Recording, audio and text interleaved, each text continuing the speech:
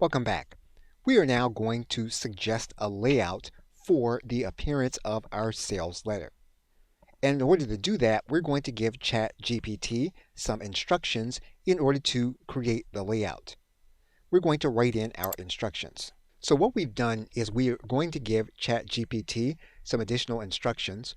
We want the chatbot to give us a layout. We want it to include the images that we have mentioned in this conversation. We wanted to position the sales video that we've mentioned in this conversation. And we also want to suggest an element that has not been mentioned in this conversation, which is the buy button or calls to action. Now that we have given the chatbot proper instructions, we're now going to click enter.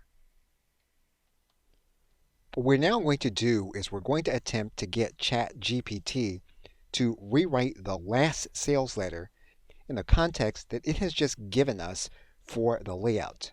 So rather than ask the chatbot to remember, we're just going to cut and paste that same sales letter.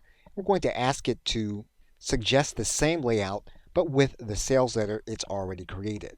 We're now going to click enter. So basically what ChatGPT has done is it has given us a suggested layout. Now obviously we are going to have to make adjustments based on our own experience and what we think we need to do in order to sell to our customer. For example, the sales video is suggested near the end of the actual sales letter.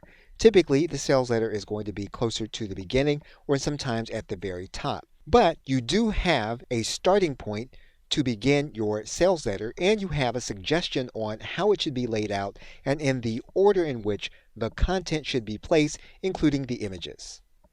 Okay, so with that, thanks, and I will see you in another video.